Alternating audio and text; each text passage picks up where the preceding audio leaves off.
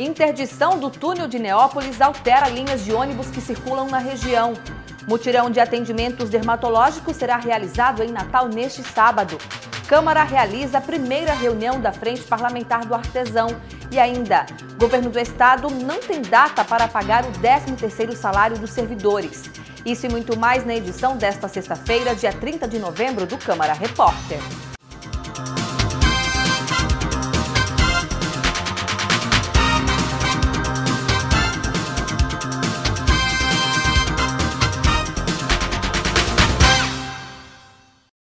Olá, tudo bem? A gente começa falando que com a interdição do túnel de Neópolis, a parada de ônibus próxima ao supermercado Sam's Club será desativada a partir deste sábado. Os usuários dos transportes urbanos devem ficar atentos às alternativas adotadas pela Secretaria de Mobilidade Urbana de Natal. A partir deste sábado, quem trafega pelo túnel da Avenida das Alagoas para ir ao bairro Neópolis vai precisar mudar a rota. O túnel será interditado por 4 meses para obras pelo DENIT. O serviço, orçado em R$ 1.300.000, é necessário para finalizar a construção das vias marginais da BR-101, no trecho destacado em vermelho neste mapa. São obras remanescentes e complementares da BR-101. Nesse conjunto de obras, nós temos 5 viadutos, falta apenas o viaduto do Parque Aristófanes Fernandes, os outros 4 já foram entregues à população, 2 trincheiras, passagens inferiores, que já foram entregues, a de Pium e a da Maria Lacerda, e temos esse prolongamento do túnel da Avenida das Alagoas, que se faz necessário para passar uma marginal sobre o mesmo. Por causa da obra do túnel, a partir deste sábado, esta parada de ônibus municipal e intermunicipal próximo ao Sam's Club será desativada temporariamente. A transferência da parada vai acarretar na mudança de itinerário de 2 linhas de ônibus municipais. A linha 30, que faz o trajeto Felipe Camarão-Pirangi, e a linha 51, com o trajeto Rocas-Pirangi. Com a mudança da parada, os passageiros terão acesso aos ônibus em outros pontos. Os usuários terão a oportunidade de pegar no Carrefour, na parada do Carrefour e no do Atacadão. E os metropolitanos e urbanos vai ter uma parada lá na Natal Veículos, que vai servir a essa população.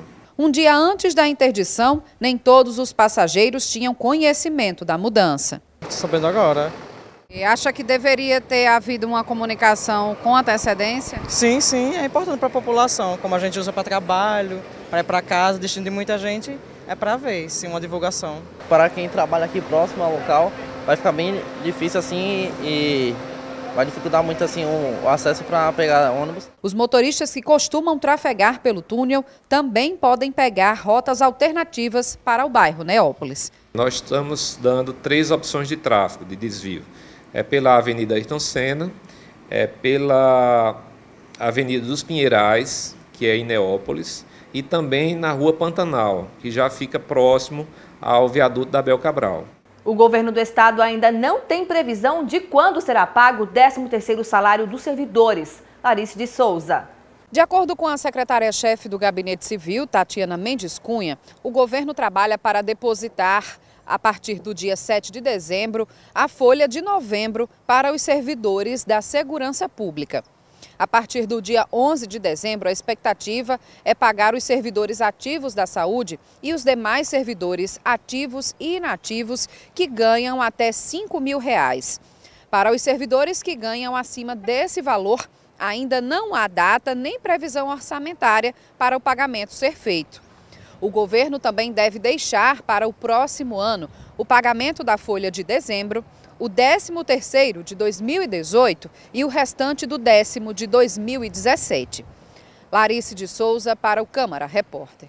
Agora a gente fala de saúde. Atendimentos dermatológicos gratuitos serão realizados neste sábado. Simone Silva.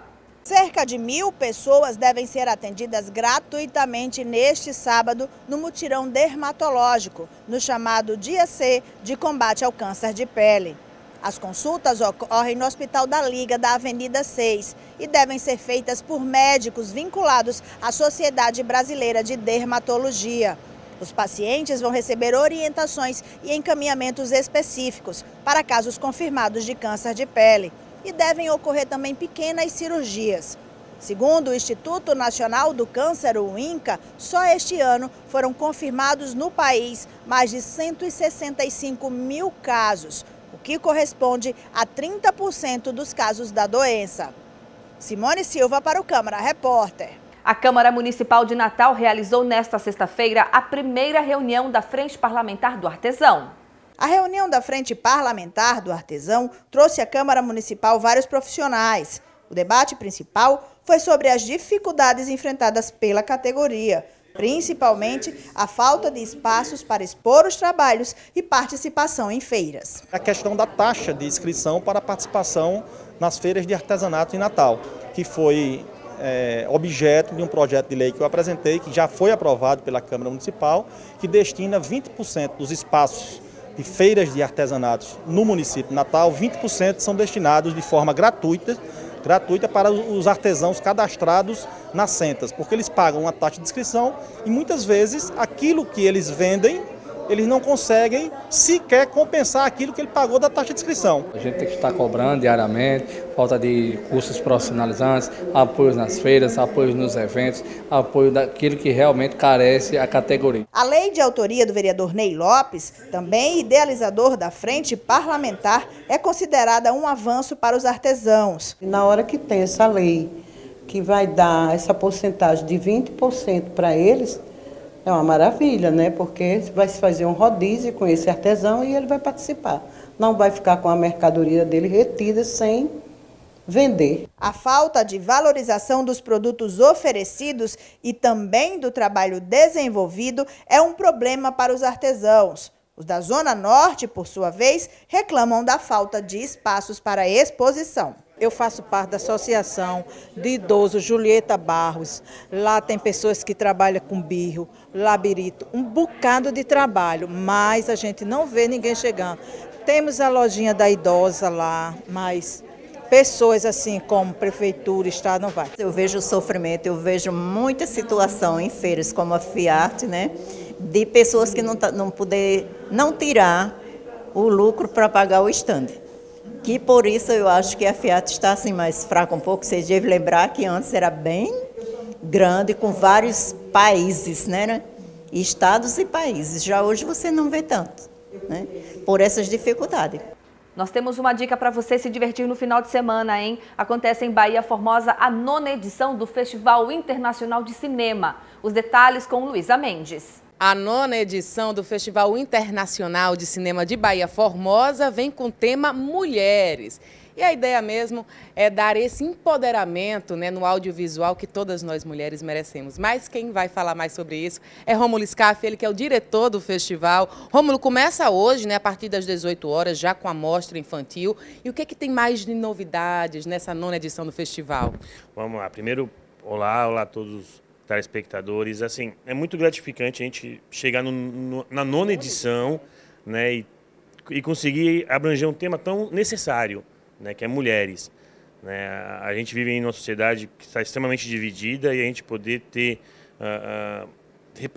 representar a mulher no festival, acho que é uma obrigação nossa poder fazer isso.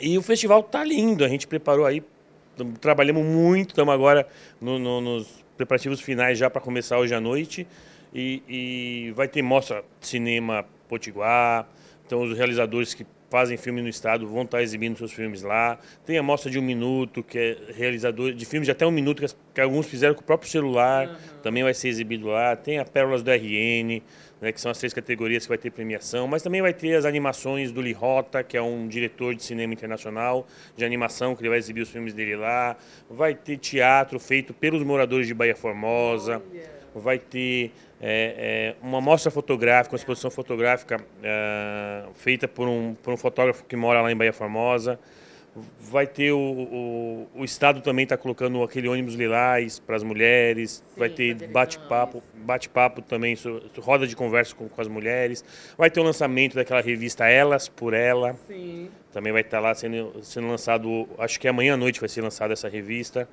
Então, assim, uma programação densa, cheia de coisas para quem for para Bahia Formosa poder realmente ter um final de semana mágico. Os fãs de audiovisual, então, né, os curiosos também, já tem uma programação ó, bem recheada para aproveitar durante esse fim de semana. Muito obrigada, Rômulo, viu?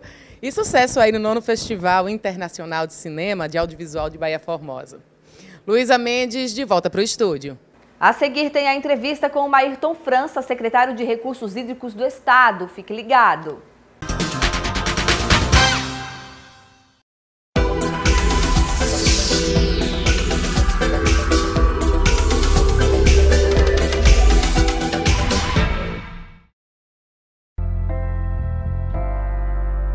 Eu espero voltar para minha casa.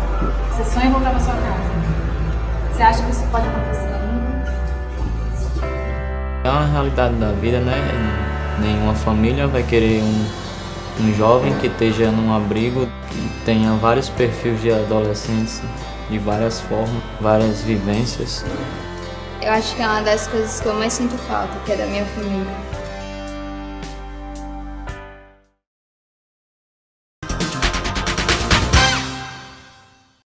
Estamos de volta com o Câmara Repórter. O meu convidado está aqui, é o secretário de Recursos Hídricos do Estado, Maírton França.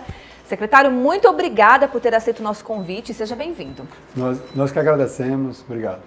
Secretário, vamos começar fazendo um balanço da gestão do senhor. O ano está terminando, né? Virá aí um novo governo. Eu queria que o senhor fizesse um resumo para a gente do que o senhor conseguiu, né, executar à frente da secretaria.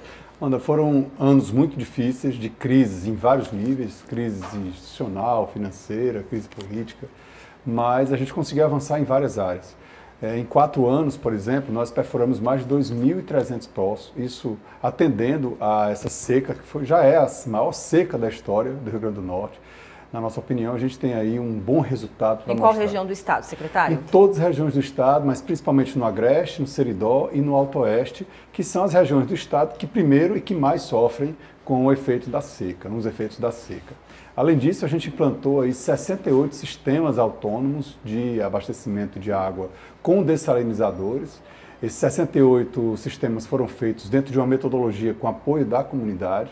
A gente capacitou a comunidade, inclusive quem faz a operação desses sistemas é uma pessoa capacitada de dentro da própria comunidade. Para a gente entender como é que isso funciona, secretário. Bom, há alguns poços, né, principalmente em solo cristalino aqui no Rio Grande do Norte, praticamente todo o estado do Rio Grande do Norte tem essa característica de subsolo geológica, e a água que é retirada desses poços nessa região de cristalina é uma água muito salobra.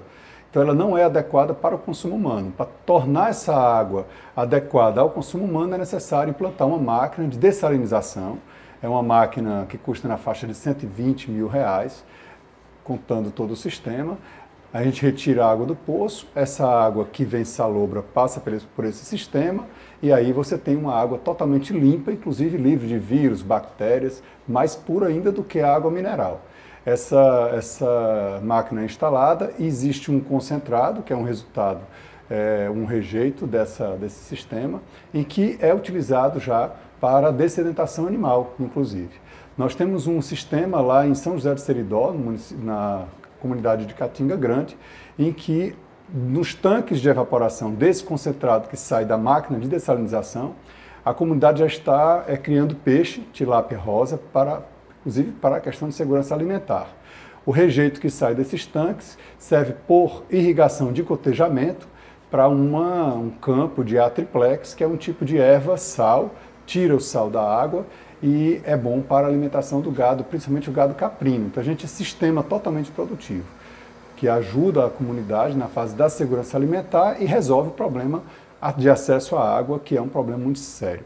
A outra grande novidade, que inclusive o Rio Grande do Norte é pioneiro no país, é que nós implantamos em 2015 o primeiro sistema de dessalinização, desse tipo de sistema que eu estou explicando, movido a energia solar.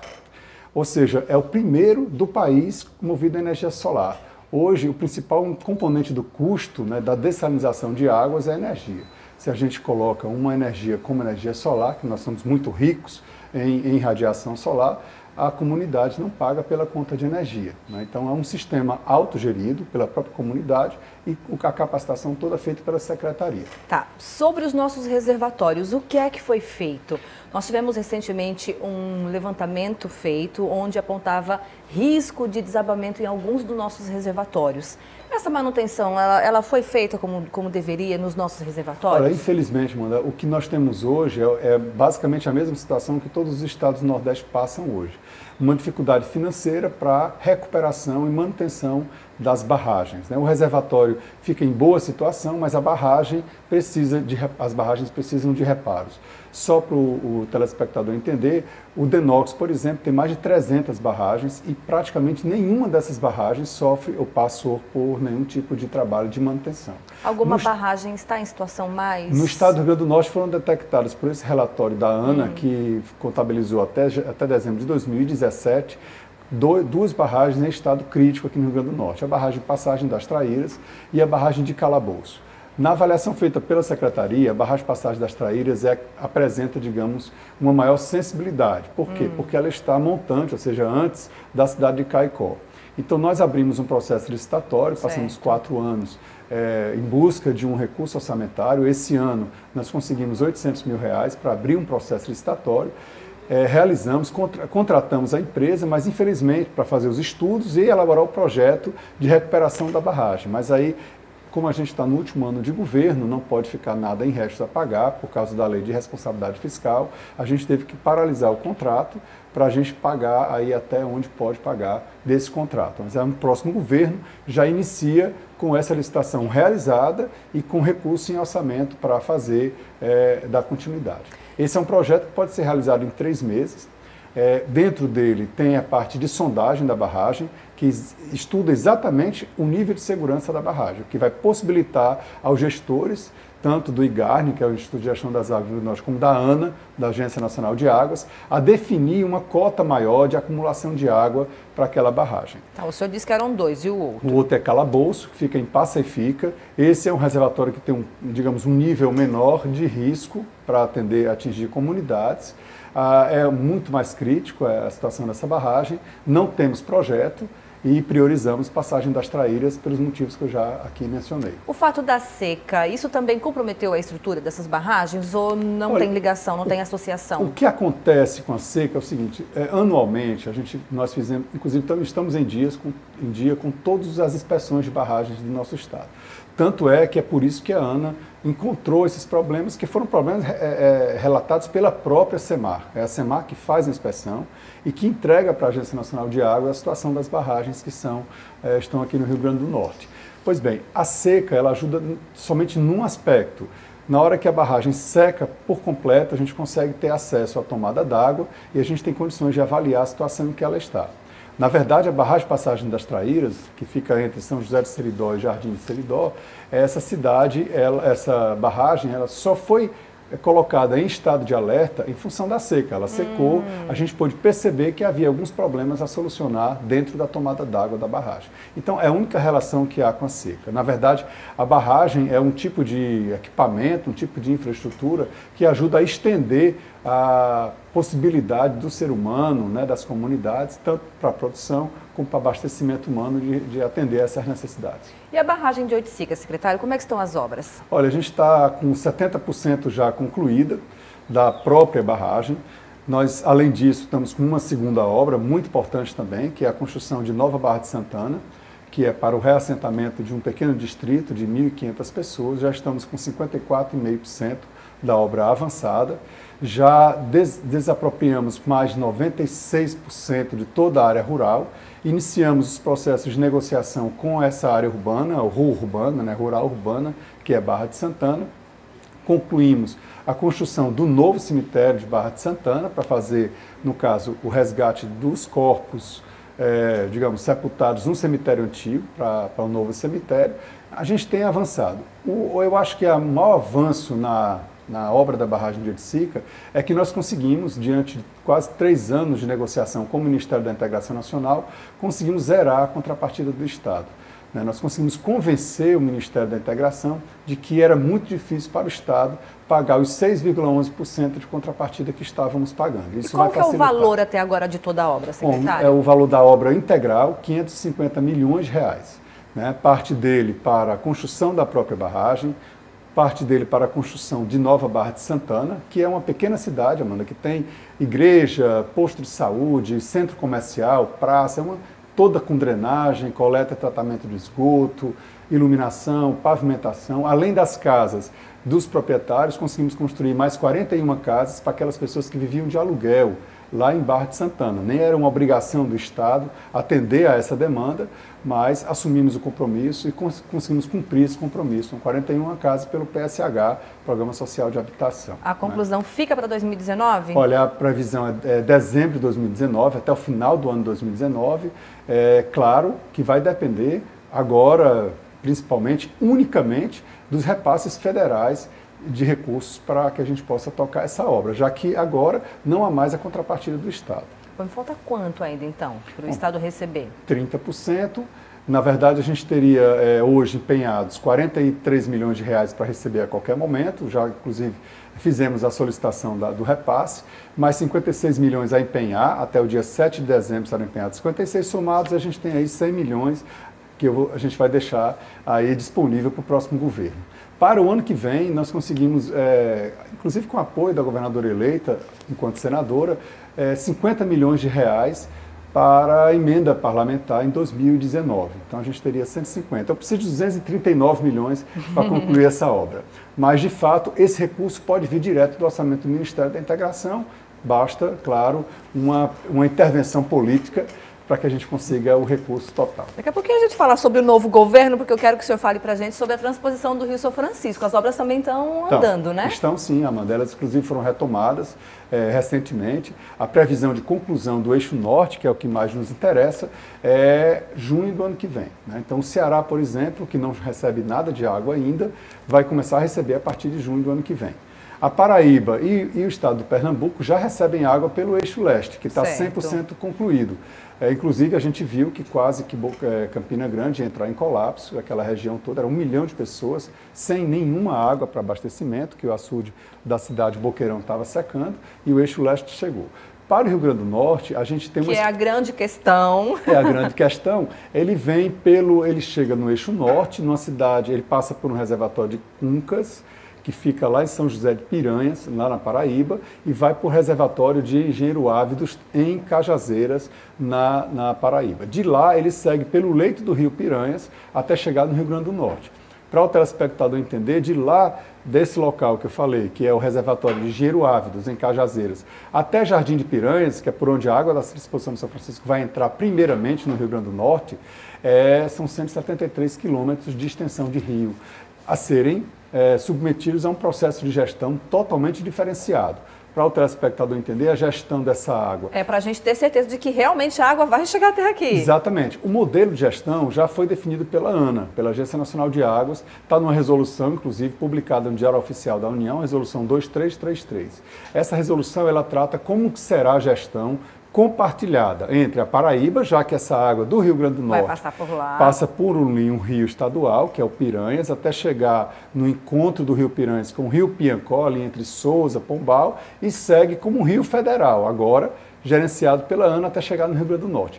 Esse nó, digamos, de gestão, já tem uma solução. A gente já tem, inclusive, desde 2016, que participo do Conselho Gestor da Transposição do São Francisco em Brasília, que a gente cobra do governo federal esse modelo de gestão. Saiu o modelo de gestão, quem vai fazer a coordenação disso é a Codevasf, que vai operar a transposição do São Francisco. E quem é que vai fiscalizar, secretário? Quem vai fiscalizar? A AESA, que é a Agência de Gestão de Recursos Hídricos da Paraíba, junto com o IGARNE, nessa gestão cooperada, que é o Estudo de Gestão das Águas aqui do Rio Grande do Norte, a Agência Nacional de Águas. São os 3 gestores que fiscalizam, porque tem poder de polícia administrativa, podem, para quem infringir, digamos, as regras, eles podem autuar, cobrar multas e até embargar determinadas atividades. São esses órgãos que podem fazer isso.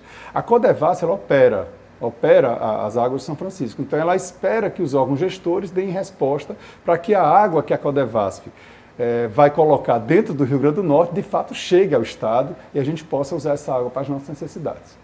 Agora, lembrando mais, Amanda, essa água é paga, não é? É bom deixar muito claro para o telespectador que hoje a tarifa está uma tarifa cara, mas ela tende a ficar mais barata com o tempo, na medida que a operação for ganhando, digamos, corpo. Quanto? A gente tem uma noção? Hoje está em torno de entre R$1,00 e 4 centavos o metro cúbico. O Rio Grande do Norte vai receber 2,95 metros cúbicos por segundo, o que daria 91 milhões e 500 mil metros cúbicos por ano, o que daria uma conta de aproximadamente 100 milhões de reais por ano. Por isso que, independente de qualquer coisa, o uso tem que ser racional. Muito. É importantíssimo isso que você falou, Amanda, porque a gente precisa ter uma política de educação ambiental para o uso racional da água. Isso é uma coisa importante. Agora, vamos lembrar também que a competência dessa política é do ente município. É nos municípios que a gente tem que implantar essa política. Por quê? Porque do ponto de vista do Estado, na hora que a água entra no Estado do Rio Grande do Norte, pelo leito do Rio Piranhas, vai passar por Oiticica. A gente fez uma alteração no projeto, incorporando uma nova tomada d'água para fazer 2 comportas, né, na barragem novas, para a gente fazer a gestão da água da Transportação de São Francisco, que a gente coloca a água lá em Armando Ribeiro Gonçalves, ou nas captações da adutora do Médio Oeste, que atende toda aquela região ali, desde Janduís, chegando até Patu, Triunfo Potiguar, Uína Afonso, e também a de Serra de Santana, né, que atende aos 6 municípios de Serra de Santana. Como é que a gente vai fazer essa gestão? Na medida em que a CAERN precisa de água para captar nessas adutoras, o IGARN vai poder solicitar ao operador da barragem, que é a SEMAR, um certo volume de água, né? Eu jogo essa água para chegar exatamente naquela quantidade que a CAERN precisa para atender esses municípios que eu falei. Então, essa forma de gestão é uma forma de gestão integrada, ela vai ser participativa. Por quê? Porque o Comitê de Bacia do Piranhas-Açu, ele vai participar de cada momento Piancó-Piranhas-Açu, né, que é o Rio Piancó, Piranhas-Açu, é um comitê de bacia federal, em que o Rio Grande do Norte participa junto com a Paraíba e que é coordenado pela Agência Nacional de Águas. Ajuda o desperdício isso, já que vai ser tudo muito bem calculado, como se imagina?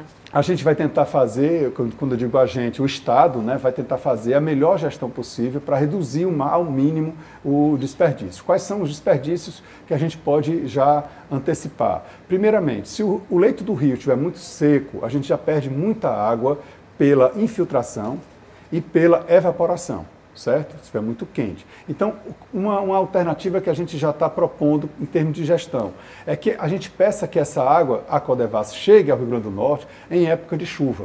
Porque em época de chuva, ela já vai estar o leito molhado, não vai ter infiltração e não vai ter tanta evaporação como se teria em épocas de seca e de estiagem.